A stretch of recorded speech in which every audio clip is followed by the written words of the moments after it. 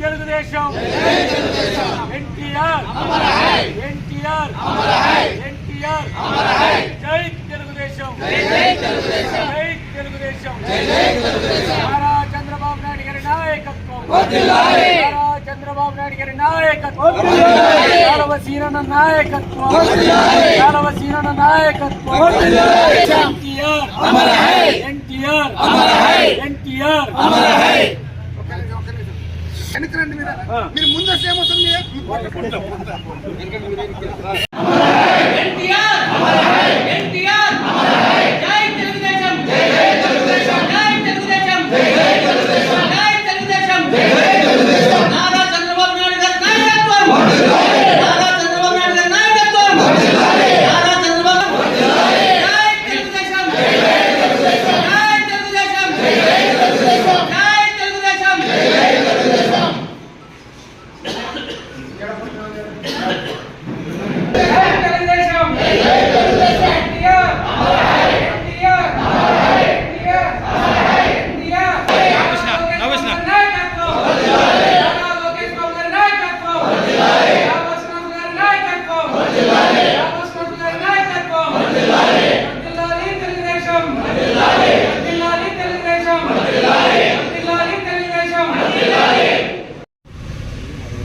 స్వర్గీయ నందమూరి తారక రామారావు గారు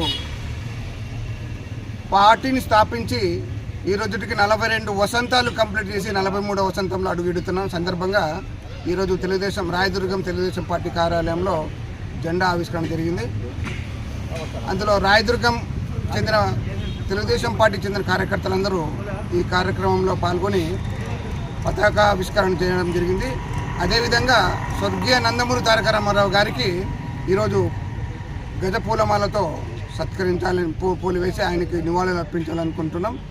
ముఖ్యంగా బీసీలు అంటే తెలుగుదేశం పార్టీ, బీసీలు అంటేనే తెలుగుదేశం పార్టీ అని చెప్పడానికి ఆ రోజు నందమూరి తారక రామారావు గారు ఉమ్మడి ఆంధ్రప్రదేశ్ అంతా తిరిగి బీసీలకు నాయకత్వం కట్టబెట్టిన వ్యక్తి ఎవరైనా ఉన్నారంటే మన స్వర్గీయ నందమూరి తారక రామారావు గారు.